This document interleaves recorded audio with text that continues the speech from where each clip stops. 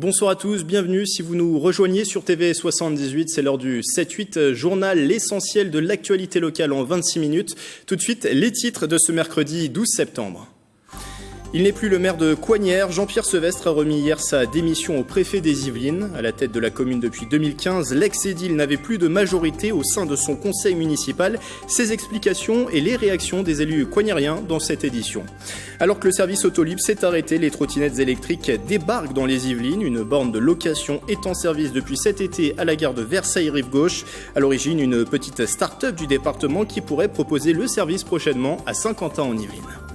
Et puis c'est ce samedi au Vélodrome National, l'enceinte Saint-Quentinoise organise le premier Vélodrome Sports Day, une journée d'activités gratuites sur le thème notamment de la glisse urbaine. On détaille le programme avec Bruce Goldstein, responsable marketing et communication au Vélodrome National. Et puis autre invité de ce journal, le Morpasien Georges Beliaev qui signe Les Bâtisseurs de Bonheur. C'est un roman de science-fiction mais aussi une fable humaniste qui porte un regard sur l'avenir. Visite internationale dans les Yvelines. Le prince héritier du Japon, Naruhito, est au château de Versailles ce soir, reçu par Emmanuel Macron dans le cadre des 160 ans de relations diplomatiques entre les deux pays. Représentation de théâtre et dîner au programme de la soirée. Attention, la circulation aux abords du château sera compliquée. Le prince Naruhito, qui était hier à mardi à Montigny-le-Bretonneux dans les locaux de l'Institut franco-japonais.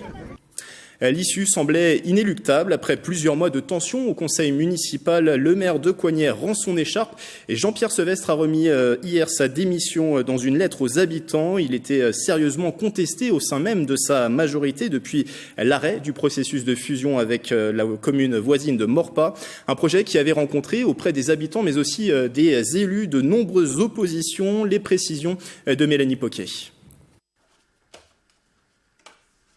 Une décision qu'il qualifie de douloureuse mais nécessaire. Jean-Pierre Sevestre a présenté le mardi 11 septembre sa démission au préfet des Yvelines. Il met fin à des mois de tension au sein du conseil municipal de Coignères. Pour moi, c'est la meilleure solution parce que je considère qu'il convient maintenant de donner la parole aux Coignériens pour leur permettre eux-mêmes de choisir l'avenir de leur ville sereinement après une préparation d'élections, peut-être qui interviendront plus tard. C'est une démission tout à fait personnelle et je considère que pour le bienfait de mon équipe, ma démission, je ne peux pas impliquer mon équipe justement dans cette démission. C'est une démission, une démarche tout à fait personnelle, oui. Présent au conseil municipal de la ville depuis plus de 17 ans, Jean-Pierre Sevestre est élu maire en avril 2015. Les premières tensions apparaissent au printemps au moment du projet de fusion à Vortec-Maurepas et se cristallisent au mois de juin 2018 autour des choix de gestion de la ville. Conseils municipaux houleux appellent à la démission. Ça ne pouvait pas en être autrement parce que on est dans une situation de blocage.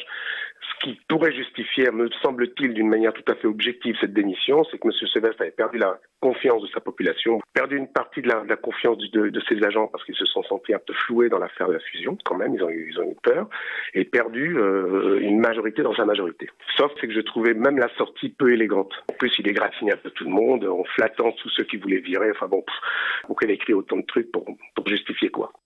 C'est une bonne chose aujourd'hui que le maire démissionne. De toute façon, je pense qu'il était dans une situation quasi impossible depuis plusieurs mois.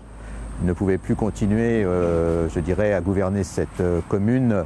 La meilleure des choses aujourd'hui dans l'intérêt de la commune et des Coignériens, ça serait une démission collective et de nouvelles élections. Le préfet peut très bien convoquer assez rapidement, à mon sens, de nouvelles élections, des élections qui pourraient se dérouler peut-être même avant la fin de l'année.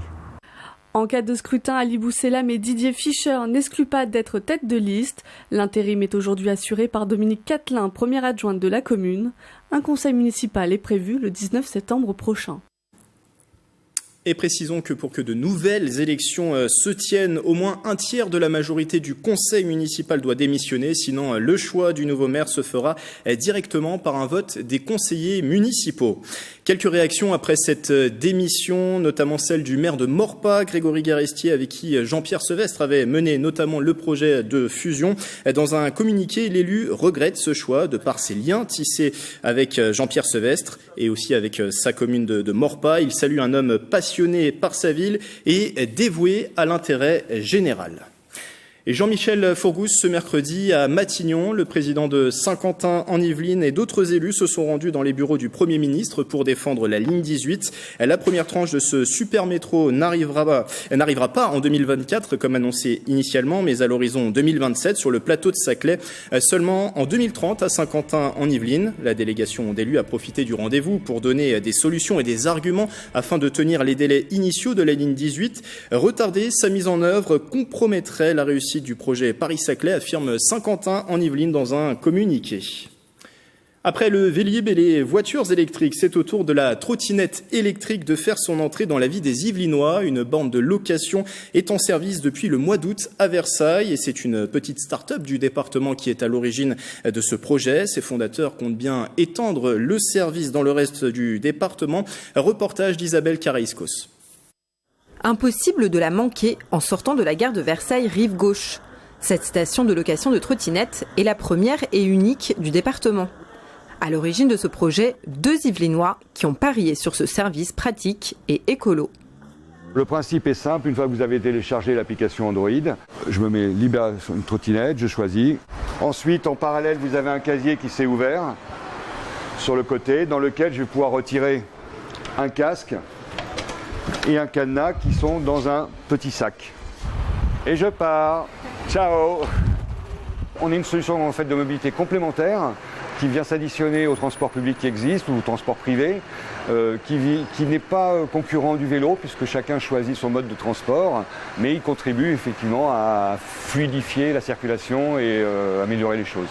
L'ambition de cette start-up qui cultive son identité yvelinoise, c'est de s'implanter dans tout le département. Nous sommes une société complètement yvelinoise, on dit, voilà, puisque notre siège est à Versailles et on espère d'ailleurs que toutes les collectivités vont nous aider dans cette démarche-là.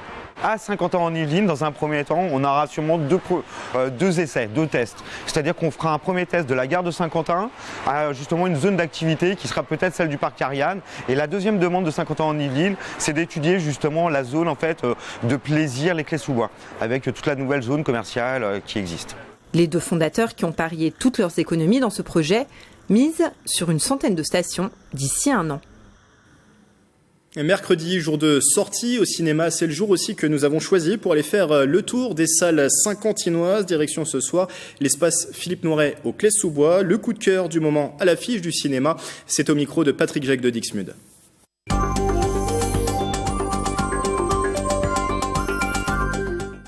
Retrouvez à l'espace Philippe Noiret cette semaine le dernier film de Spike Lee, dont je ne me risquerai pas à prononcer le titre que vous allez voir sur l'écran. Donc Spike Lee revient en force et en verve avec son dernier film et il a électrisé la Croisette cette année puisqu'il a obtenu le grand prix du jury. Il s'inspire d'une histoire vraie, une histoire incroyable d'un policier afro-américain qui s'est infiltré dans le Ku Klux Klan. Donc voilà, c'est un mélange réjouissant de comédie policière, de satire sociale, de pamphlet, parce que c'est une charge aussi très ouverte contre l'Amérique de Trump, contre l'actuel président américain. Voilà, en résumé, un film d'action militant, pour ne pas bouder de notre plaisir, à retrouver dans notre salle à l'espace Philippe Noiret cette semaine. Black power! Black power! Knights of the Ku Klux Klan. That's us, Stallworth Brothers. We're on a roll, baby.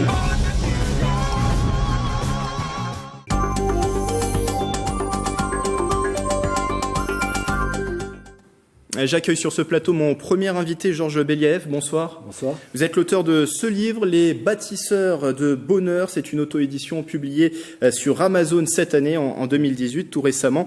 Alors, c'est un roman à double lecture, un roman de science-fiction, mais c'est aussi une fable humaniste pour parler du monde de demain. Imaginez le monde de demain, on aura l'occasion d'en reparler. Précisons aussi que ce livre est en lice dans le concours qui est les plumes francophones. C'est un concours lancé notamment par Amazon. On en dira un mot juste après. Déjà, pourquoi écrire ce roman ? Pourquoi vous lancez dans l'écriture de ce premier roman et pourquoi le publier ? Alors, il y a une double motivation pour l'écriture de ce roman. La première, c'était ça fait longtemps que je travaillais sur différents projets, et notamment des projets dans le sens de l'amélioration de la société, on va dire. Enfin, c'était des projets que j'avais dans la tête. Et puis l'élément déclencheur, ça a été le jour où je suis tombé sur le concours Amazon, Enfin, c'est Amazon et TV5 Monde en réalité. Et le jour où je suis tombé sur ce concours, j'ai décidé de relever le défi et donc de finaliser ce projet d'écriture. Alors, il y avait déjà des bouts qui étaient avancés. Et puis là, donc, j'en ai fait un ouvrage que vous avez entre les mains. On le disait, c'est un roman avec une double lecture. On parlera tout à l'heure du contenu, le résumé, qui est un roman de science-fiction. On se placera dans l'année 2030. C'est aussi une fable, voilà, pour imaginer le monde de demain. Pourquoi proposer ces solutions? Parce que vous imaginez aussi des solutions pour le monde de demain, les proposer aux lecteurs. Alors, déjà, c'est un ouvrage, comme vous dites, de science-fiction. Donc science-fiction au sens anticipation, c'est-à-dire qu'est-ce qui va se passer demain. C'est pas une dystopie comme on a peut-être l'habitude de les voir, c'est-à-dire qu'on arrive dans un monde déjà tout fabriqué.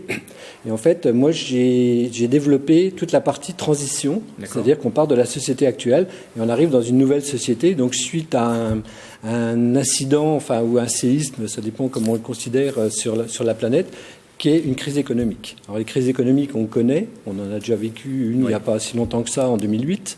On a mis à peu près 10 ans pour ressortir de la crise économique. Et on sent que les prémices peut-être d'une prochaine sont en train de... Enfin, on le voit arriver. Et donc l'idée de ce roman, c'est de dire, mais finalement, comment on pourrait contrecarrer l'arrivée de cette crise économique et faire en sorte que les effets soient moindres, voire qu'il n'y ait pas d'effet du tout. Et ces solutions que vous exposez, est-ce qu'elles sont réalisables? Là, on est dans un roman de science-fiction. Est-ce que dans notre monde, le monde réel, c'est tout à fait réalisable? Absolument. Alors justement, j'ai privilégié le côté réaliste au sens projet, c'est-à-dire que c'est pas utopiste au sens où on pourrait l'entendre. Et donc, moi, dans la vie, je suis chef de projet, donc j'ai l'habitude d'emmener des projets. Je fais beaucoup de création de concepts ou de projets. Et donc, du coup, je me suis un peu basé là-dessus pour imaginer une direction différente. On peut dire que c'est une œuvre militante d'un certain côté. En quelque sorte, oui. Et donc après, vous m'avez posé la question pourquoi dans l'espace? Oui. Parce que déjà... Ça se passe dans l'espace, effectivement. Enfin, au début, non. Au début, ça se passe sur Terre. En tout cas, le personnage principal, on va le présenter dans un instant, est envoyé dans l'espace. Oui. Et pourquoi? Alors, d'abord, il va faire ces projets-là sur la Terre. Et en fait, la stratégie qui avait été mise en place, qu'on va découvrir dans le livre, c'est non seulement d'arranger les choses sur Terre, mais en même temps de propager la civilisation dans l'espace. Et donc d'abord, dans un premier temps, ils vont aller sur la Lune pour aller prendre possession de la Lune et exploiter ses matières premières. Et après, il y a un autre projet qui va être monté, qui va être plus ambitieux, qui va en gros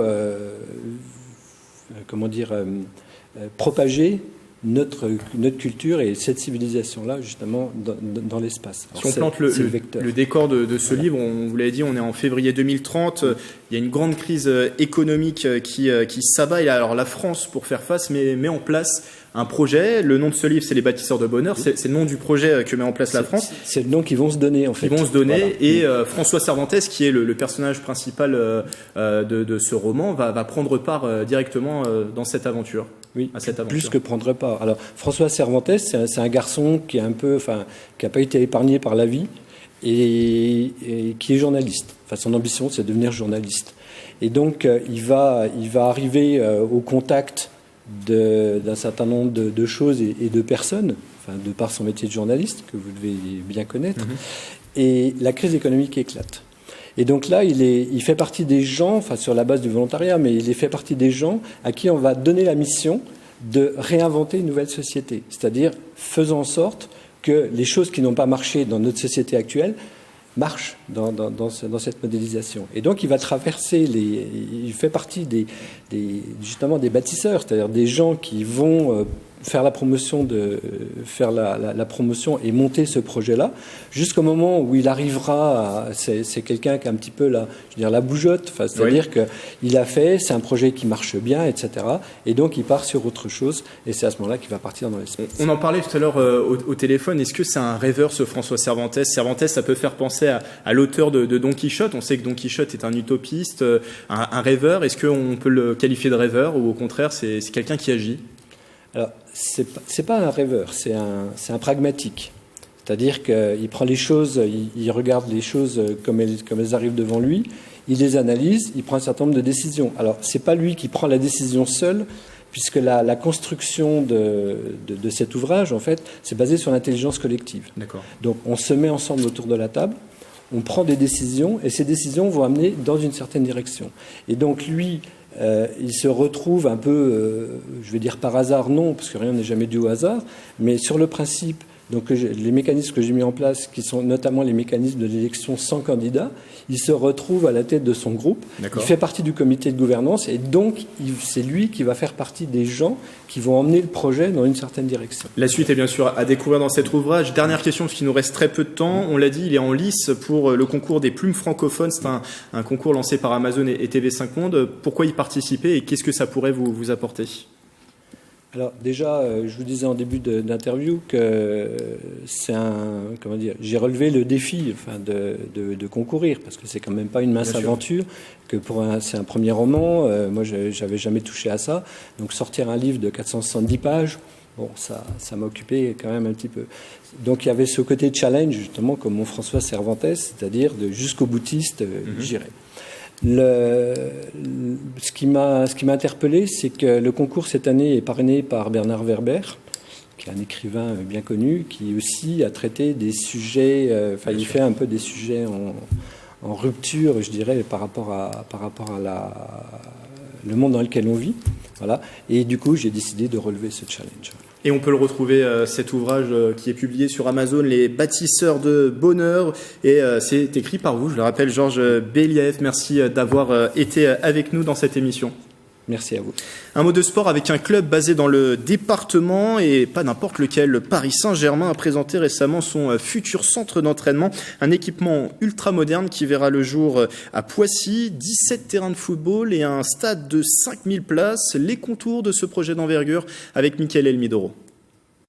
Le futur centre d'entraînement du PSG se dévoile ce vendredi 7 septembre à Poissy. La direction parisienne a présenté les contours du site de 74 hectares qui sera implanté sur la commune à 25 minutes du Parc des Princes.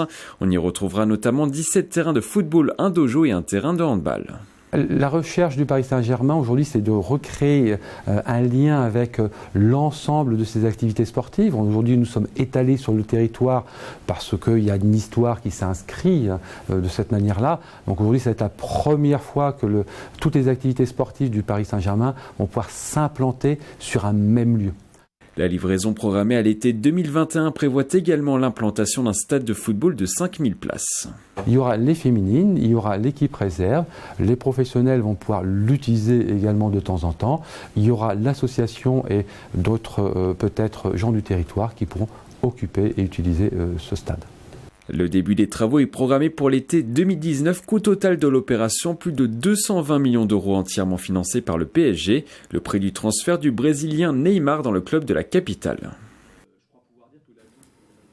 Un nouvel invité avec moi sur ce plateau, Bruce Goldstein, bonsoir. Bonsoir, oui. Vous êtes responsable marketing et communication au Vélodrome national de Saint-Quentin-en-Yvelines, le Vélodrome qui organise ce week-end le Vélodrome Sports Day. C'est une journée dédiée aux activités sportives. Vous pourrez notamment découvrir les sports de glisse urbaine et on le dira tout à l'heure, hein, c'est des activités qui sont totalement gratuites. Avant de présenter le programme de la journée, Bruce, c'est le premier, on peut dire, grand événement depuis la finale de la Coupe du Monde 2018, une victoire de la France. Le Vélodrome avait fait le plein pour cet événement. C'était un grand moment, on peut le dire, dans l'histoire du Vélodrome, la jeune histoire du Vélodrome national. Très grand moment, oui, effectivement. On a accueilli un peu plus de 6000 spectateurs à l'occasion de cette finale de Coupe du Monde, avec la cerise sur le gâteau, la deuxième Coupe du Monde.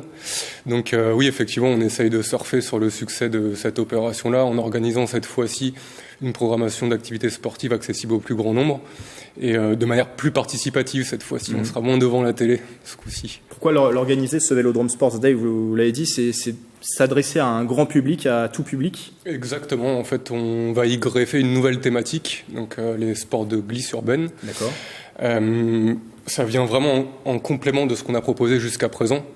Donc on va accueillir des activités type overboard, avec des circuits qu'on va mettre en place, stadium de football, des trampolines, on va avoir aussi des murs d'escalade mobiles, vraiment se diversifier au niveau de notre panel d'activités sportives. On a dit une nouvelle thématique sur la glisse urbaine. Qu'est-ce qui était proposé? Alors, on connaît le Vélodrome pour ceux qui regardent régulièrement TV78. Qu'est-ce qui a été proposé jusqu'à présent?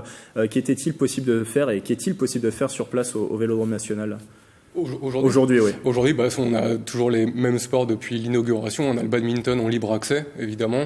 Donc ça fait partie de notre catégorie multisport. On a évidemment le cyclisme sur piste, accessible au plus grand nombre. Alors on a les athlètes de l'équipe de France au quotidien sur cette piste, mais ce qui fait notre particularité, c'est qu'on l'ouvre vraiment au plus grand nombre, avec la volonté de démocratiser cette pratique-là. Et évidemment le BMX à l'extérieur, avec le fameux stadium couvert. Et d'ailleurs, on le précise, la Fédération française de cyclisme est directement implantée sur ce site du Vélodrome. Quelles activités on va pouvoir découvrir sur place? Vous en avez un petit peu parlé. Quel sera le programme de cette journée du Vélodrome Sports Day? Faut venir pour le découvrir, c'est le meilleur moyen. Mais effectivement, on a un programme très complet qui va démarrer à partir de 10h. Le site est affiché, en tout cas. Exactement. Et jusqu'à 18h. Et vous allez avoir justement, alors évidemment, tout ce qu'on a proposé jusqu'à présent, mais comme je l'ai introduit, des nouvelles pratiques autour de la glisse urbaine, donc les parcours overboard, trampoline, donc là on est moins dans la glisse, mais c'est vrai qu'on a voulu vraiment proposer une programmation multi-activité, donc c'est la raison pour laquelle on a mis en place ces nouvelles pratiques, avec pour objectif à terme de dévoiler notre nouvelle école de sport. D'accord. Donc c'est pour aussi cette raison-là qu'on propose de nouveaux sports, savoir quels vont être l'intérêt de la population locale, leurs attentes, et puis ensuite proposer au sein d'une future école de sport qui s'implanterait au Vélodrome. Donc ça c'est un projet pour le futur, pour le Vélodrome qui va bientôt arriver. Ouais, je vous dévoile un petit scoop. Très bien. Juste, on le disait tout à l'heure, qu'on soit un enfant, âgé de 4 ans, un adulte, on peut venir, ça s'adresse vraiment à tout le monde cet événement? Exactement, pour les familles, les enfants accompagnés évidemment, les adolescents et les adultes aussi. Donc c'est vraiment ouvert au plus grand nombre. Ça montre aussi la vocation du Vélodrome à accueillir ce genre d'événements, des événements sportifs, aussi des grands événements de compétition comme les championnats du monde de cyclisme sur piste. Le Vélodrome, c'est du sport, mais pas que. On essaye au Vélodrome de proposer une programmation large, c'est ça? On se diversifie, donc il y a la partie événements participatifs avec ce Vélodrome Sports Day accessible au plus grand nombre, comme je l'ai dit, je le répète. Et après, on a vraiment une programmation d'événements sportifs et culturels. Alors vélo avec la Fédération française de cyclisme, mais également hors vélo, avec notamment cette année la possibilité d'accueillir en mai 2019 les championnats de France de gymnastique. D'accord. Avec l'association GEM qui est implantée également à Guyancourt. On aura aussi, donc là c'est en pourparlers avec la mairie de Montigny, le Bretonneux, mais on pourrait éventuellement accueillir un festival électro. Sur le même modèle que celui qu'on a réceptionné l'année dernière, avec un fort succès, plus de 6000 personnes également, donc voilà, pas mal de projets sur le grill, comme on dit, qui devraient aboutir. Et ça, tout ça, c'est à suivre, en tout cas sur le site du Vélodrome National qui va peut-être s'afficher. Ça y est, il s'affiche en bas de l'écran. On peut également réserver pour venir à cette journée, puisque c'est sur réservation. Et on précise que ce Vélodrome Sports Day, cette grande journée d'activités sportives, sera gratuite. Merci à Bruce Goldstein d'avoir été avec nous. Merci à vous. Je rappelle que vous êtes le responsable marketing et communication au Vélodrome National de Saint-Quentin en Yvelines. Pour terminer, encore du sport justement au cœur d'une nouvelle exposition au musée de la ville de Saint-Quentin en Yvelines avec la Ryder Cup et les Jeux Olympiques de 2024. La thématique était toute trouvée. Le sport dans la vie comme à la ville, c'est jusqu'au mois de mars. Découverte de cette exposition avec Marilène Yapichino.